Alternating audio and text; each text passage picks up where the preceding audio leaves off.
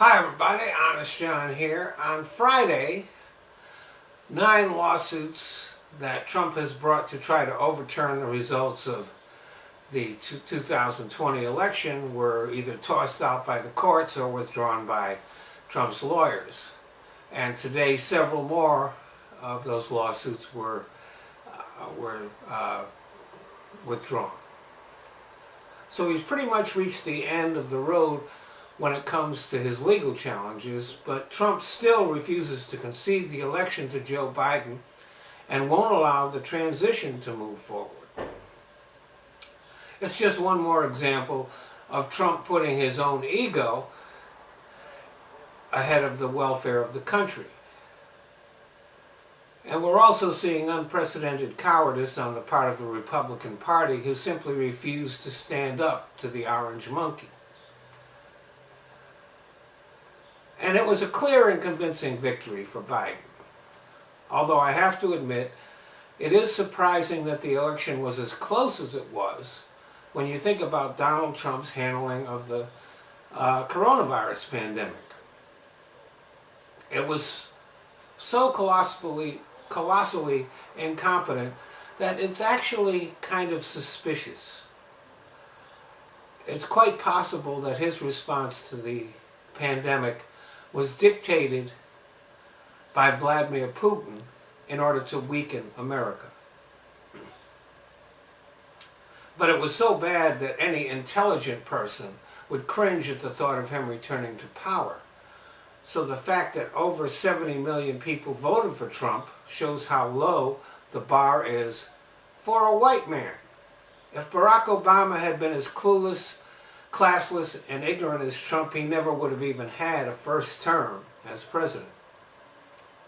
Trump almost got a second one in spite of his total incompetence. And it wasn't like we Americans couldn't see it. All we had to do was look over the border at Canada, which has done a great job of controlling the coronavirus. Or look around the world at every other country who, even though some of them are struggling with the virus, all of them have done a better job of handling it than we are. And yet his fans remain fiercely devoted to him, even as their relatives and friends die.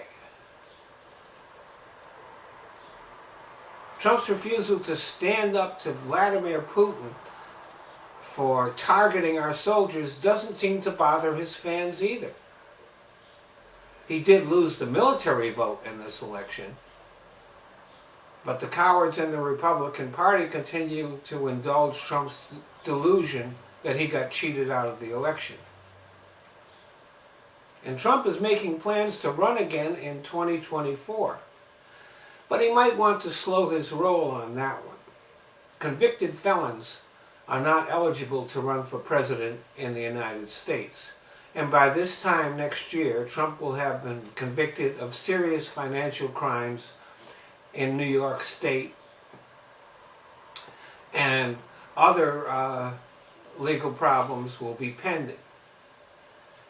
So he will either be living at a state prison in the state of New York, or he will have fled the country and taken up residence in a country that has no extradition treaty in the United States.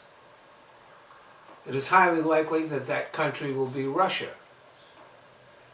So there will be the spectacle of an American president living as a guest of our #1 adversary.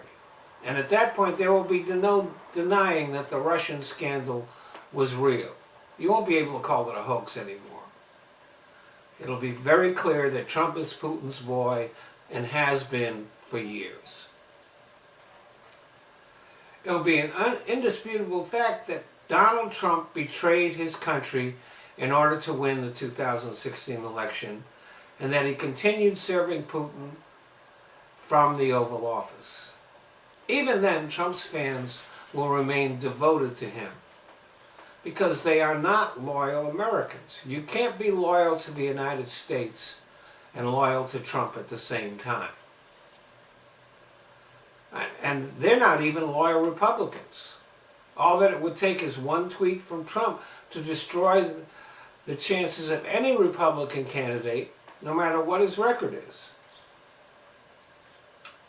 And that is the anchor around the neck of the Republican Party.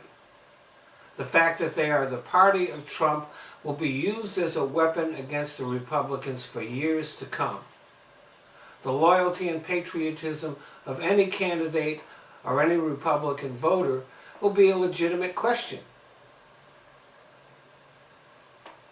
especially when future investigations by the Justice Department will reveal that several prominent Republicans, including Mitch McConnell, Devin Nunes, Jim Jordan, and others, have ties to the Kremlin as well. The damage Trump has done to America is great, but Joe Biden is quite capable of fixing it. The damage Trump is doing to the Republican Party will be even greater, and there's no Republican who can fix that. Thanks for listening.